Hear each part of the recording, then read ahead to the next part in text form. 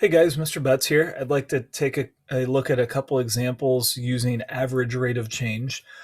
So one fairly straightforward example would be if we are given a function and an interval, and keep in mind this is an interval of x values for this function because that is the independent variable here. So the question is just saying find the average rate of change for the function sine of x over the interval from 0 to pi over 2. So the idea here is we're using the slope formula.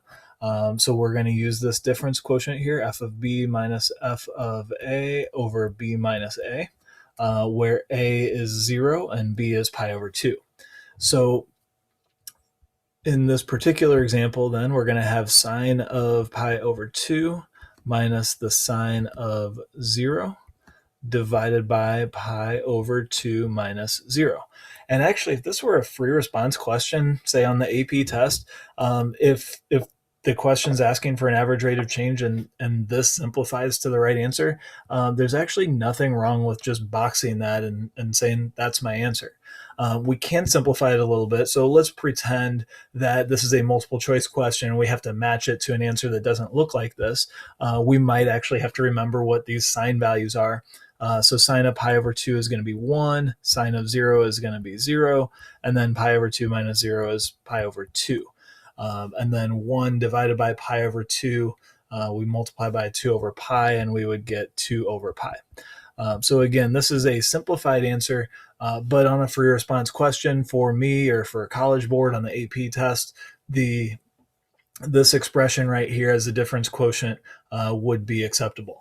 One thing I do want to say is you don't want to jump straight to an answer.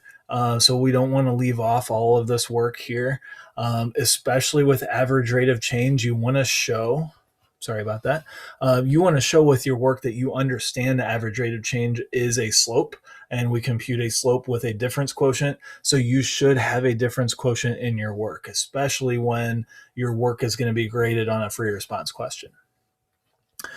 The second question here is pretty similar, except we don't know what the function is. We just know values of the function at various x values.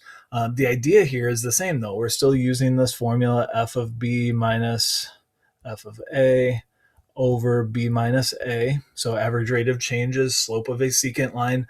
This gives us the slope of a secant line. So a is going to be -1, b is going to be 2. So again, I want to write it in that form of a difference quotient. So f of b is going to be f of 2, which is -4. I'll go ahead and put the -4 in there, minus f of a. A is -1, so that's going to be 2. And then divided by b minus a, so 2 minus -1. And again, if this is a free response question, you can just box that. That's good enough. Let's go ahead and simplify, though. We get -6 on top and 3 on the bottom, which is going to give us -2. So the idea here is essentially we're finding the slope of the line that goes through this point and this point. So this entry in the table here represents the point -1, 2 on the graph of f, and this one over here represents 2, 4 on the graph of f, and we're just finding the slope through those 2 points.